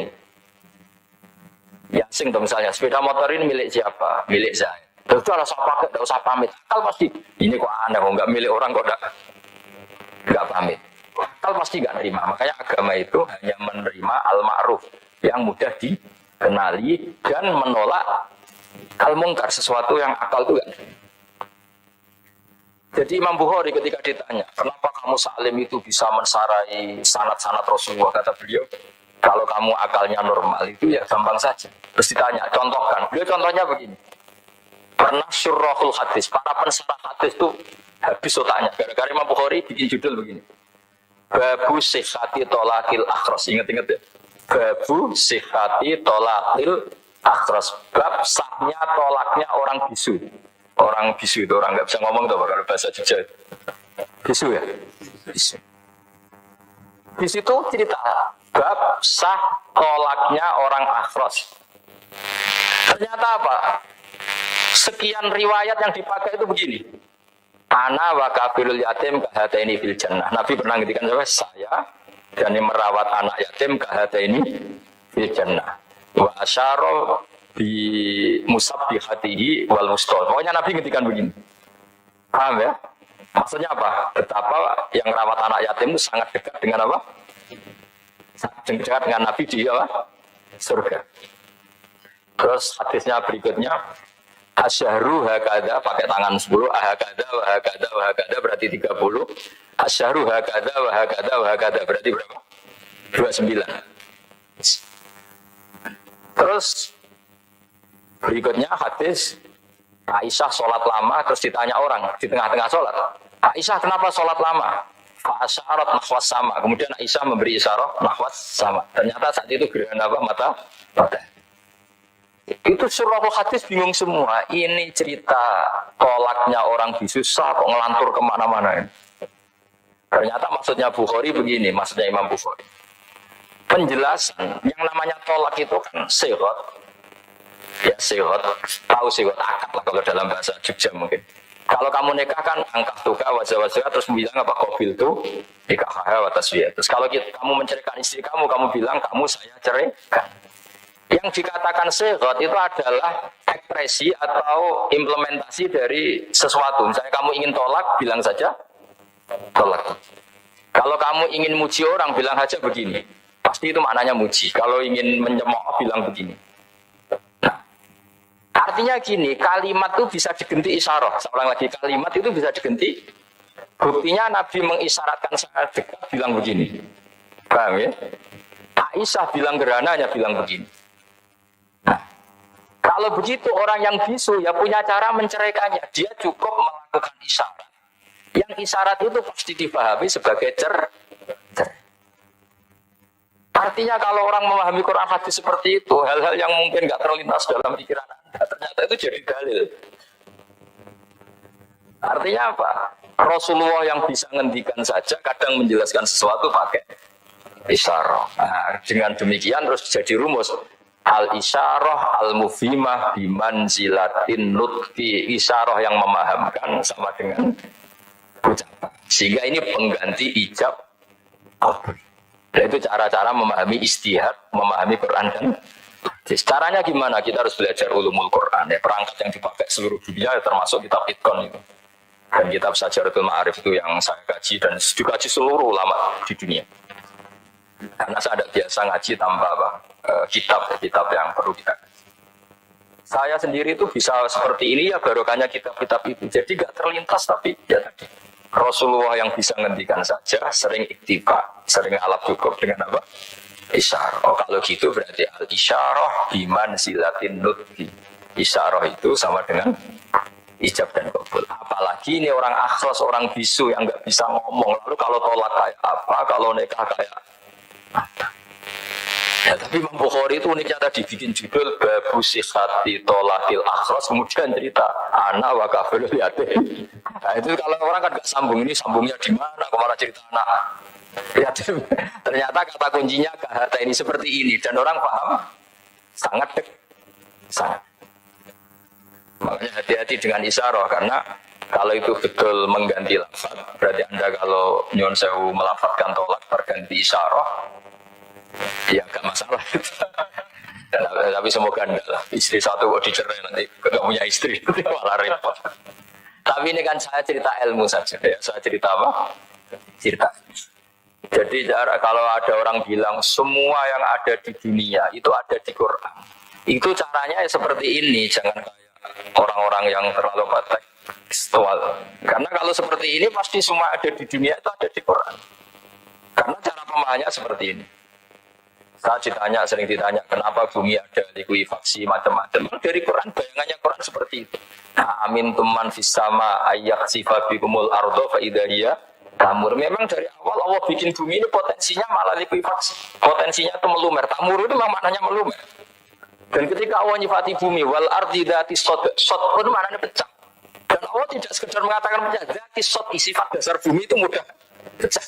Jadi kalau dzati itu sifat dasar.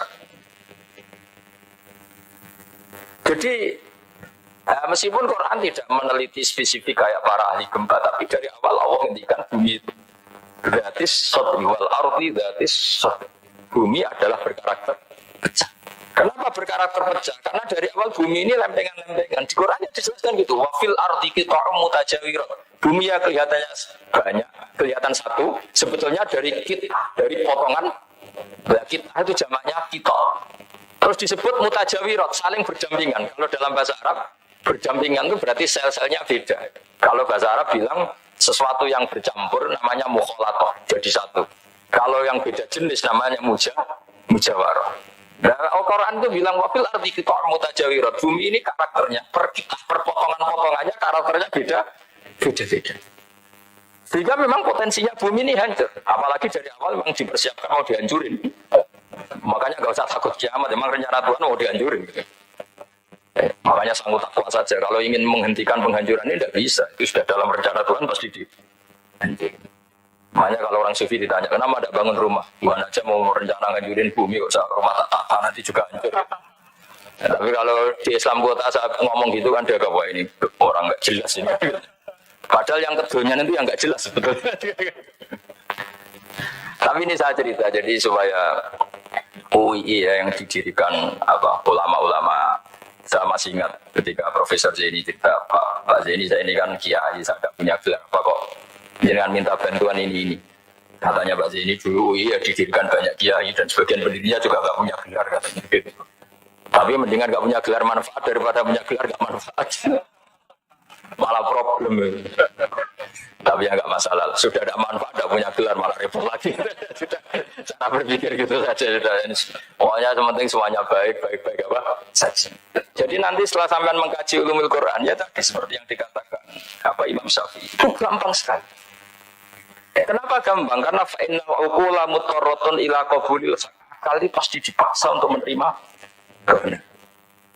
Kayak saya berkali-kali ditanya sama seorang kiai, kenapa sih Gus masalah la ilaha illallah kok sampai Nabi ngendikan wa insana wa insaroko. Siapapun yang melafadzkan la ilaha illallah Muhammadur Rasulullah itu suatu saat pasti masuk surga. Meskipun dia pernah zina, pernah maling. Itu jelas hadis di Bukhari, di Muslim. Wa in zana, wa in sarqa. Meskipun zina dan ini bukan berarti Nabi melegalkan perzinahan. Tidak akan terjadi. Nabi melegalkan berzina. Tapi Nabi ingin ngendikan begini. Absolutisme kebenaran itu tidak terganggu oleh kesolehan dan kefasikan. Karena kebenaran absolut siapapun akan ngomong seperti itu. Saya berkali-kali nyontohkan, Rektor Al-Azhar akan bilang 1 tambah 1, 2. Lonte ya bilang 2, koruptor ya bilang 2, KPK ya bilang 2, 01 ya bilang 2, 02 ya bilang 2. Karena absolutisme kebenaran. Dan Nabi itu ingin mengatakan bahwa Allah Tuhan ini kebenaran sejati. Sehingga siapapun yang melafadzkan sah. Sehingga orang yang kafir 70 tahun sekali melafadzkan syahadat sah. Tidak usah begini. Pak kafir, soleh dulu ya beberapa tahun gitu. Baru Anda sah melafadzkan kalimat la ilaha.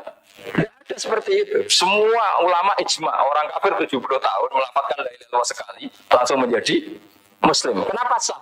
Kebenaran absolut tidak bersyarat kesolehan maupun kefasikan. Ya, tadi orang bilang 1 tambah 1 harus profesor apa anak TK boleh. Jangan mentang-mentang profesor, doktor, rektor, UGM atau UI. Tadi anak kecil bilang berapa 1 tambah 1, 2. Sudah lah, Pak bilang 4. Tidak bisa. Kebenaran absolut itu orang akan sepakat. Nah, Quran itu termasuk kebenarannya absolut. Maka harusnya siapapun bisa memahami Quran. Termasuk orang yang sebelum Islam. Sekarang saya tanya ke sampean, ketika Umar masuk Islam karena dengar Quran, itu dulu dengarnya atau dulu Islamnya? Dulu dengarnya, dan dia paham. Wa ma huwa min kalamil basar, ini tidak mungkin omongan manusia seindah itu. Karena mudah dipahami Quran. Nah sekarang enggak, karena ada sistem akademik. Itu terus orang macam-macam urutannya. Jadi repot orang. Kalau kata tafsir At-Tabari lebih ekstrim lagi. Itla yuqalu masalan ifham gimala aklala. Jadi orang-orang kafir ini kan, orang-orang kafir Mekah ini kan Rasulullah jadi Nabi ini kan semua orang masih kafir. Gak ada mahasiswa UI, gak ada orang NU, gak ada orang Muhammadiyah. Semuanya orang kafir, semuanya masih kafir.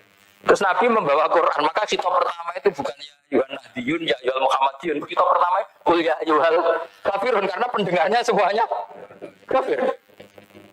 Dan itu mereka paham. Tapi nanti soal hidayah nomor 2. Tapi mereka itu yang jelas. Sehingga banyak orang kafir yang menjadi Muslim karena mendengar Al-Quran.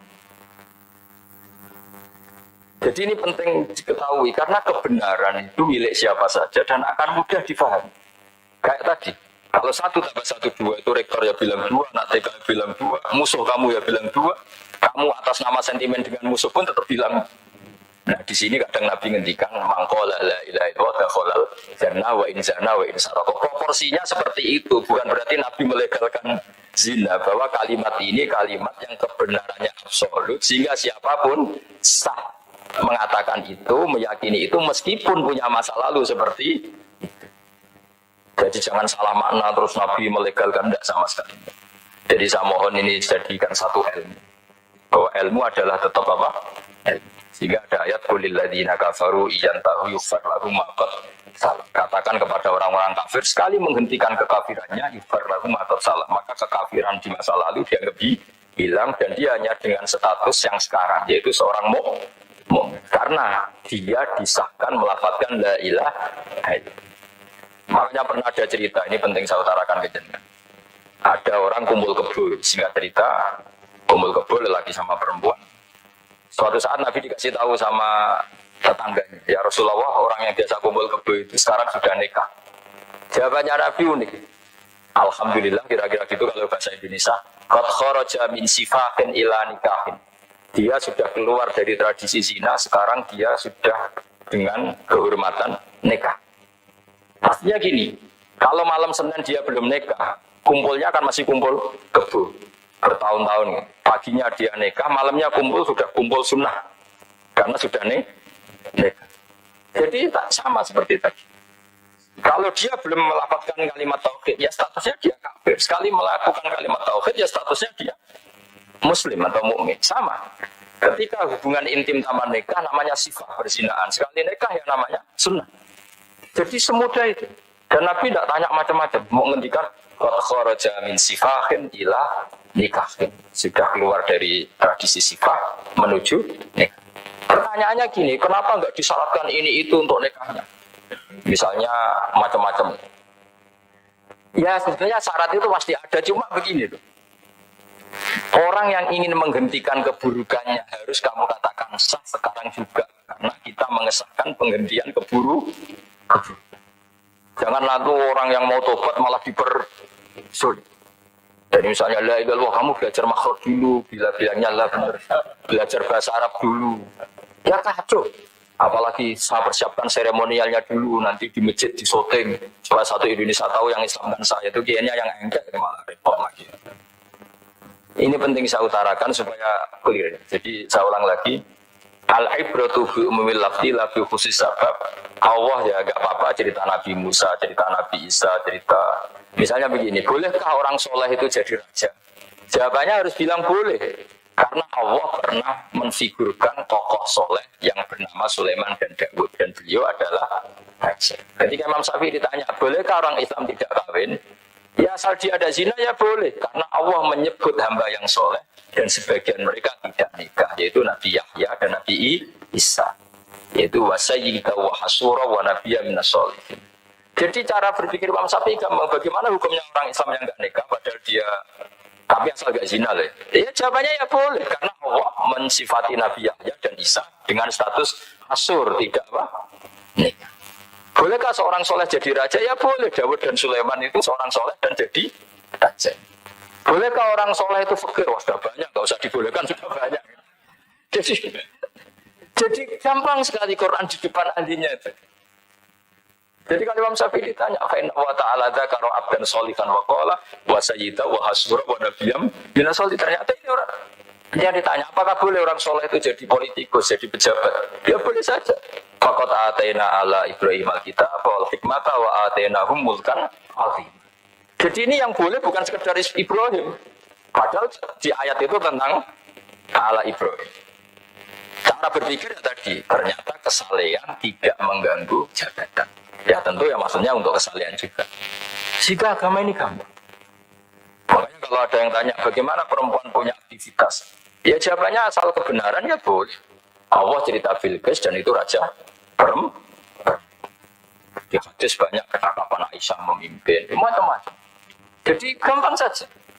Nah, kenapa sekarang banyak orang berdebat tentang Quran dan nyuwun sewu sampai pada level gontok-gontokan ekstrim? Karena mereka nggak mau belajar ulumul Quran.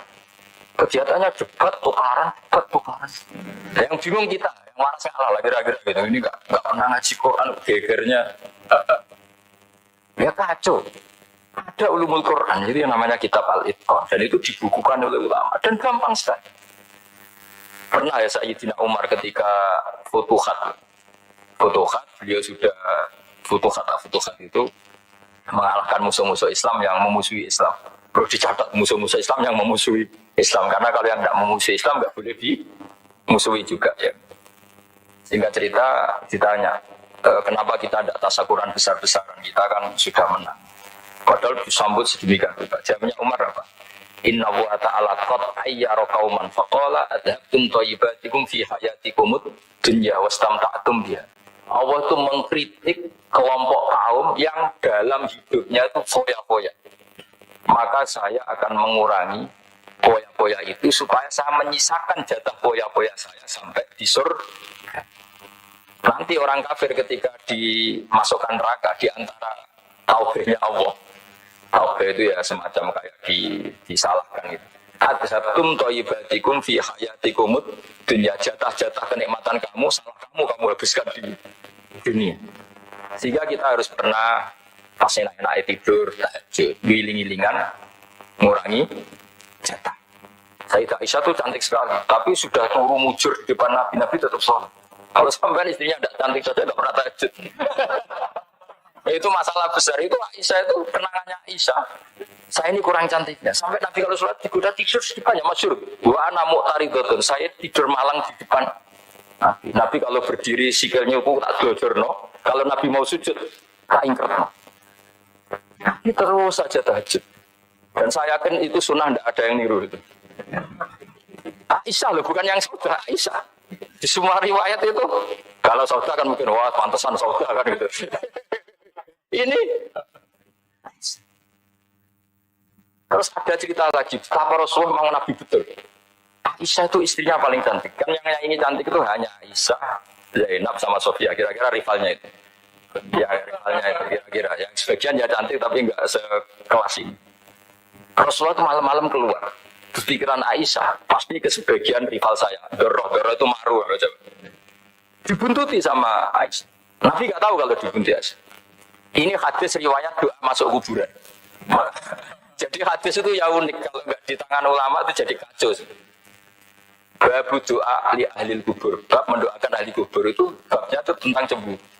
Walhasil karena Nabi keluar, wah ini mesti itu nggak benar. Ini paling ke Sofia atau ke ya pokoknya Zainab, pokoknya yang cantik-cantik. Ditututi sama siapa? Nabi nggak tahu hal itu. Ternyata Nabi itu kebagi terus. Assalamualaikum warahmatullahi wabarakatuh. Wa inna insyaallah bikum lahiqun. Jadi barokahnya cemburu, hadis itu ada rawinya. Oh, ternyata ke kuburan tuh. Itu sampai pulang dari hadis itu diriwayatkan Aisyah. Terus itu cemburu, saya ini cemburu sama Nabi. Malam-malam keluar, itu juga mau kuburan. Nah, sahabatnya tanya, muridnya Aisyah, lalu baca apa? Assalamualaikum warahmatullahi wabarakatuh wa inna insyaallah bikum lahiqun. Kalau sampean kan enggak, dibuntuti tok bareng. Pasti bareng. Jadi ini penting saya utarakan. Jadi coba ulumul Quran dikaji secara baik. Insya Allah nanti maknanya Quran itu mudah sekali. Karena memang sesuatu itu harus ada ilmu. Ya sesuatu itu harus ada ilmu. Banyak ulama itu nangis karena mudah memahami rahmat Allah. Abu Yazid Al-Bustami itu jadi wali bukan karena banyak wiridannya. Dia setiap makan itu memuji begini, ya Allah, engkau itu tidak butuh saya, tapi kenapa ngasih makan saya? Kalau majikan ngasih makan karyawannya kan supaya mau kerja. Semua kebaikan manusia itu pasti ada imbalannya. Tapi engkau itu tidak butuh apa, kenapa ngasih nikmat kepada manusia padahal engkau tidak butuh? Itu kan aneh betul. Kalau apapun ikhlasnya orang, kalau ngasih itu kan ada maunya. Meskipun sudah bilang ikhlas. Oh sudah, tapi kalau Allah itu tidak butuh. Misalnya ada orang nyumbang masjid ikhlas, tetap di hatinya benar Jumatan Pak Quran ini, tetap ada kepentingannya. Tapi kalau Allah enggak. Sehingga cara mensifati Allah itu luar biasa. Makanya orang jadi wali itu diantara kata Rasulullah, Inna woha la yardo anil abdi idha akalal akla fa yahmadu alaiha aw yashraba syarba fa yahmadu alaiha. Allah itu sangat ridho. Orang jadi wali itu kan diridani Allah. Allah itu sangat ridho kalau seseorang makan, kemudian dia muji Allah. Coba apa hebatnya Donald Trump kalau gak makan ya lemes mati? Apa hebatnya presiden seluruh dunia kalau gak makan ya lemes? Orang yang katanya paling top di dunia, ya udah gak makan kangkung nyatanya ya lemes. Hebatnya di mana? Yang kita puji-puji hebat, ternyata kalau gak makan itu lemes. Pak Rektor gak makan lemes, apalagi Pak Konwel gak makan lemes. Hebatnya apa coba? Nah, terus kelihatan wa khuliqal insanu dhaifa. Makanya ketika Allah mengingatkan orang yang menyembah Isa, Allah hanya menghentikan gini, karena yakulani to'am. Isa dan ibunya itu makan. Maksudnya kalau nggak makan itu ya kamu kebayang nggak punya Tuhan terus Pak Tuhan jangan lemes, mau dariin. Wah, malunya kita punya Tuhan kalau nggak makan apa? Lemes. Terus nanti cerita, alhamdulillah tadi Tuhan mampir sini. Tadi lemes lah, kasih makan bergas lagi. Makanya orang kritiknya mesti ada. Karena ya pula itu, kok kamu Tuhan kan gimana? Ini kalau nggak makan itu. Tapi kita sering keliru mengatakan Presiden Amerika itu super power hebat. Hebatnya di mana seorang manusia? Kalau nggak makan ya. Ini makanya Allah ngintikan wa khuliqal insanu dhaif. Sehingga banyak para wali itu dekat Allah ketika makan. Bukan apa karena tadi makannya itu jangan sampai ada makanan ya Allah habis lagi enggak gitu. Itu enggak setiap makan ya Allah betapa lemahnya saya. Yang katanya rektor, yang katanya profesor, katanya orang alim kiai, katanya pengurus NU, pengurus Muhammadiyah, ternyata kalau udah makan lemes. Kerennya gimana lemes? Sehingga terus tawadu, terus macam-macam. Jadi ini penting. Jadi Allah mengingatkan manusia itu dengan makan. Makanya Nabi Rasulullah ngendikan Allah itu sangat ridho seseorang yang setiap makan muji Allah. Tapi sekarang orang makan tuh banyak yang nggak menjiwai. Karena ada aturannya sebetulnya, ngunyahnya sampai sekian. Ya, tapi sekarang kan sudah ada seperti itu. Makanya sekarang wali sudah nggak banyak. Pendaftarnya juga sudah ada banyak. Apalagi orang-orang intelek itu sudah agak tertarik daftar wali. Memangnya kalau sudah jadi wali dapat uang, malah repot lagi kalau seperti itu. Tapi ini saya cerita orisinilnya ilmu Quran. Ketika Allah mengkritik Isa itu hanya ketika dituhankan maksudnya. Itu hanya dengan kalimat kana yakulan itu Isa dan ibunya sama-sama. Dan ketika Allah memuja Rasulullah SAW dan para nabi, itu pujaannya itu aneh. Wa ma arsalna qablaka minal mursalin illa innahum la yaquluna ta'ama wa yamshuna bil aswaq. Saya tidak pernah menugaskan para rasul kecuali mereka itu ya makan dan jalan-jalan di pasar. Saya sampai sekarang hampir tiap minggu itu jalan-jalan ke pasar sama anak. Meskipun saya di Rembang atau kayak gede itu, biasa jalan-jalan ke pasar. Karena apa? Kata Rasulullah Muhammad, Isa itu sampai dituhankan, itu gara-gara jarang makan. Seorang memitoskan makan. Rasulullah itu kalau makan itu di depan umum, sering di luar rumah. Supaya kelihatan kalau beliau itu manusia. Jadi makannya Nabi adalah nafyun li uluhiyati. Perlu dicatat Nabi Muhammad jadi Nabi setelah dengan tanda kutip tragedi Isa dituhankan. Karena Rasulullah jadi Nabi setelah tragedi Isa dituhankan, maka sisi manusianya itu diperlihatkan. Sampai kalau makan tuh di depan umum. Tapi enggak marung di KFC, enggak ada riwayatnya. Di depan umum. Nah, karena kepentingannya itu sehingga makanya Nabi ini ibadah yang luar biasa karena menunjukkan sisi kemanusiaan yang akan aman, tidak akan dituhankan. Paham ya? Sama seperti kita misalnya kiai atau pejabat, makan saja gak apa. Tunjukkan kalau kita manusia, kalau gak makan lemes. Dan kalau itu terus dalam hati kita, insya Allah kita orang yang mengimani wa khuliqal insanu dha'ifa. Apa manusia itu lemah. Nah, tapi kita sekarang enggak. Kalau kita jadi rektor gak bisa mengendalikan satu kampus, jadi kiai bisa mengendalikan umat. Pikirannya itu kayak Fir'aun. Dan di antara kesalahan Fir'aun adalah faqala ana rabbukumul a'la, bahwa saya bisa mengendalikan kalian semua. Maka dalam ilmu tasawuf yang pertama harus dihilangkan adalah sifat anani, bahwa karena saya. Tapi kalau orang mau jadi wali atau orang dekat Allah, kenapa saya sering menyebut kata wali? Sebenarnya khazanah wali itu ada di Quran. Ala inna awliya Allahi la khaufun alaihim wa lahum yahzanun. Cuma orang kota senangnya bakas intelektual. Wong desa senangnya bakas wali. Akhirnya banyak orang yang enggak wali modus pura-pura wali terus nipu orang. Jadi sama-sama ada korban. Yang intelektual juga sama. Seakan-akan lebih intelek di Bang Wali ini, makanya saya supaya bahasa intelektual yang ada di Quran, maksudnya terjemahnya ada, bahasa wali juga apa?